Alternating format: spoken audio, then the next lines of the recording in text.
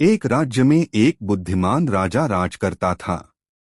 वह अपनी प्रजा का भला चाहता था और हर काम सही समय पर सही तरीके से करना चाहता था। लेकिन उसके मन में हमेशा 3 सवाल घूमते रहते थे।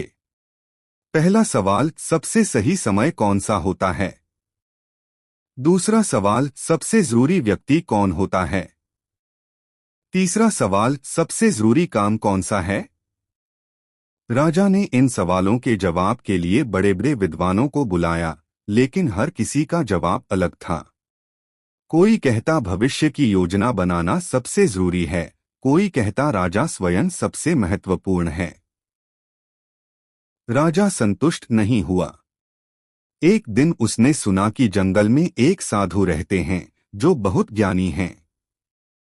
राजा साधारण कपड़े पहनकर बिना पहचान बताए साधु के पास पहुंचा।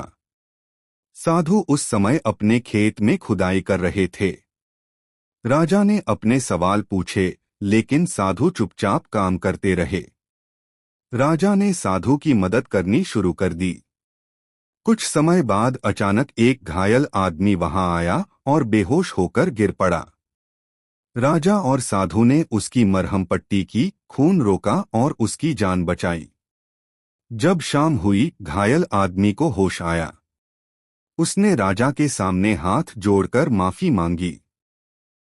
उसने बताया कि वह राजा का दुश्मन था और बदला लेने आया था, लेकिन घायल हो गया। राजा की दया देखकर उसका मन बदल गया। अब साधु ने राजा से कहा, आपके तीनों सवालों के जवाब आज ही मिल गए हैं। सबसे सही समय वही होता है जो अभी चल रहा है, वर्तमान। सबसे जरूरी व्यक्ति वही होता है जो इस समय आपके सामने है। सबसे जरूरी काम उसी व्यक्ति का भला करना होता है। राजा को अपनी सारी उलझन का हल मिल गया। वह समझ गया कि अगर इंसान वर्तमान में सही काम करे तो भविष्य अपने आप सुधर जाता है।